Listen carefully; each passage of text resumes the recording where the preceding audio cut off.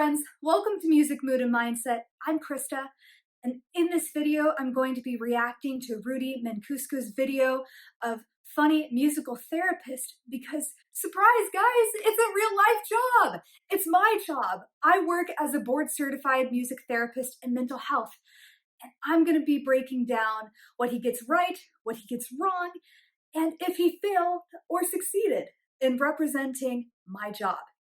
Make sure to watch to the end of the video because I'm going to give you 2 takeaways if you enjoyed his video and liked the idea of music therapy on how you can use music therapy and music to help you in your own life and mental health.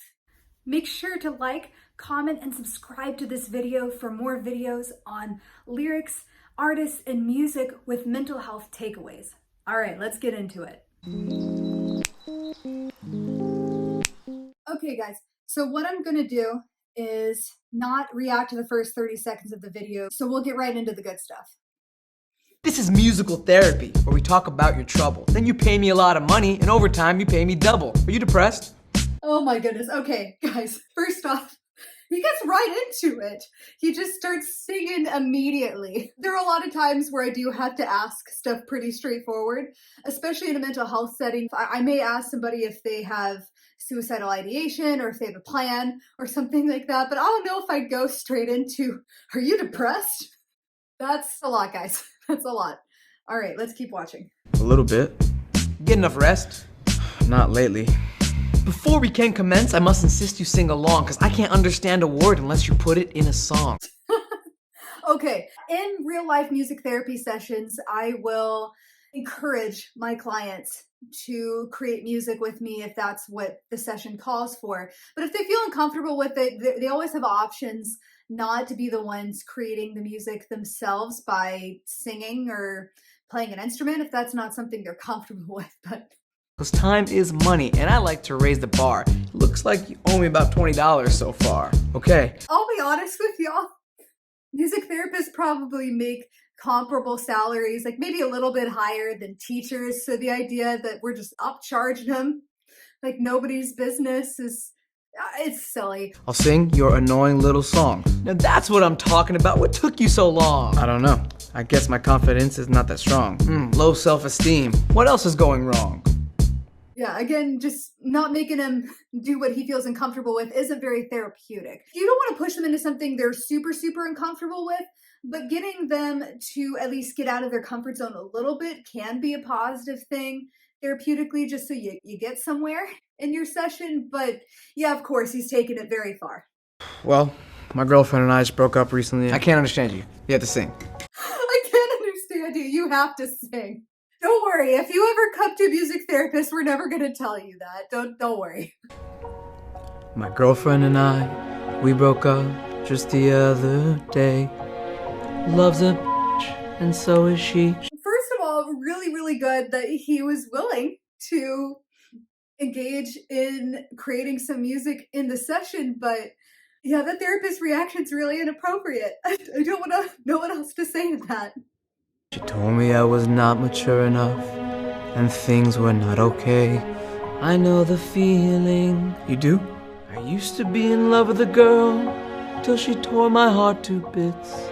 Okay, I have to stop right here. That is highly unethical. No therapist of any kind would do that.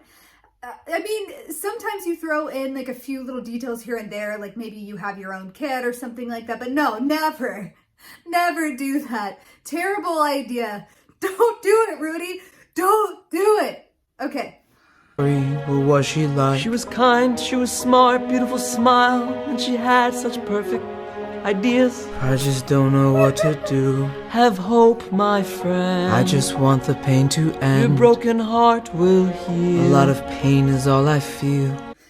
Okay, so this is actually something he does get right. A lot of times we'll use songs and music creation as a way to help people go through their feelings. We're using the songs, we're using the artist story, we're using songs that the client can relate to in order to help them process their feelings and empathize with them. And a lot of times, weirdly enough, the music itself will actually serve as sort of the mutual friend who's gone through a similar thing as the client has. So the therapist's disclosing is not necessary whatsoever because the music usually does that for us. Oh, your little heart is feeling sore down to my core. What if I told you that I think I have the cure? What is it? Pills. What? Prescription pills. That sounds kind of dangerous. They make the pain go away. Okay. There's so much to unpack here. Okay, so first off, music therapists are not qualified to give medications, and actually most psychotherapists aren't qualified to give medications. That's only psychiatrists, by the way, that can prescribe medications. So first off, that would never be a thing in music therapy. And the irony of him bringing up pills is that when you're a music therapist like I am, who works at psychiatric hospitals or counseling centers, we're actually there to reduce the amount of medication that's given. It's actually very expensive for a lot of facilities to give out just crap loads of medication. The doctor's job is usually to be able to strike a balance between mitigating some of the symptoms and not zonking them out. So it's somewhere in the middle, and the music therapist is usually hired to reduce the need for so much medication. So for example, at my hospital, a lot of folks will come in because they're having a lot of behavioral issues where they're living. A lot of my patients are elderly, so a lot of times they're acting out because they have dementia or they have psychosis or schizophrenia or something along those lines. And what a music therapist comes in and do is they lead groups and they get everybody collectively to calm down, or they teach them therapeutic techniques through music that will help them be able to better manage their symptoms naturally without medication. And everybody works together as a team for the patients. What we can take away from this is that music can actually help reduce the need for medication. That's why music therapy has been such an awesome thing for all kinds of medical and healthcare situations. Okay. I know you're really sad when life is bad. The answer is not alcohol, but it tastes so good and makes everything really right. I actually do work at an outpatient place that specializes in substance abuse. And a lot of times those folks will end up coming there because they have had issues expressing their emotions through talking. So again, music therapy is a great option for those folks to be able to express themselves in a way that maybe they feel more comfortable expressing themselves in. It's no secret that a lot of artists have struggled with substance abuse.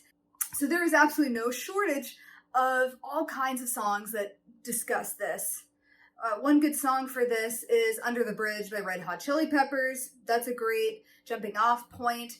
The reason why you need a music therapist, though, is that these conversations can dive into unethical and into problematic areas very quickly. So you need someone who is highly trained in being able to use that music as a good jumping off point for self-expression, for being able to come up with some self-care and some mental health techniques to help someone with their substance issue.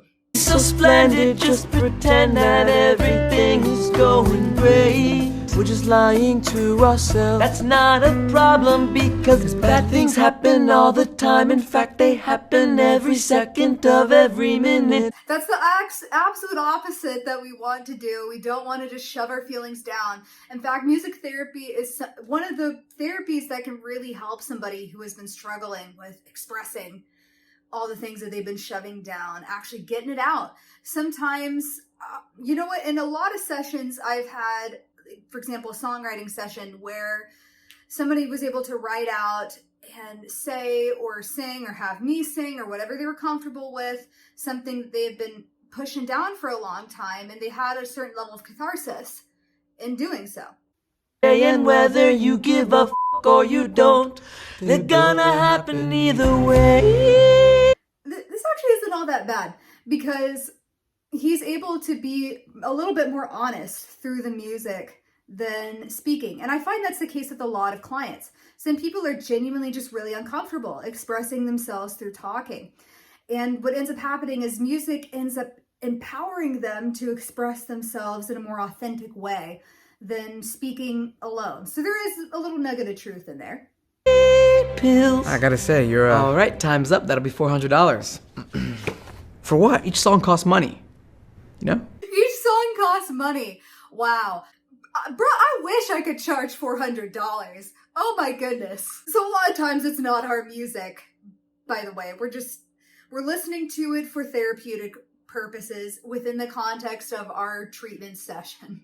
That's not the going rate, by the way. If you are interested in trying music therapy, it's not going to be that expensive, don't worry. All right, first order of business. Did Rudy succeed or fail at being able to represent real life music therapy?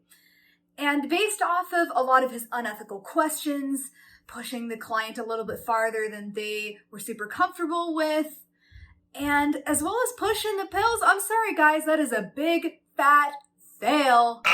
He failed, guys. But I think we already knew that because it was a comedy sketch. But in case you're wondering, no, that's not what a real life music therapy session is like, you silly gooses. The first takeaway is knowing that you have options in your treatment. If you're someone who feels uncomfortable with talking, and we find that to be the case with a lot of specific diagnosis, or teens or people like that, will find a lot of comfort in being able to find a different way to express themselves. There's all kinds of therapies out there. There's dance therapy, there's art therapy, there's creative arts, there is recreational therapy.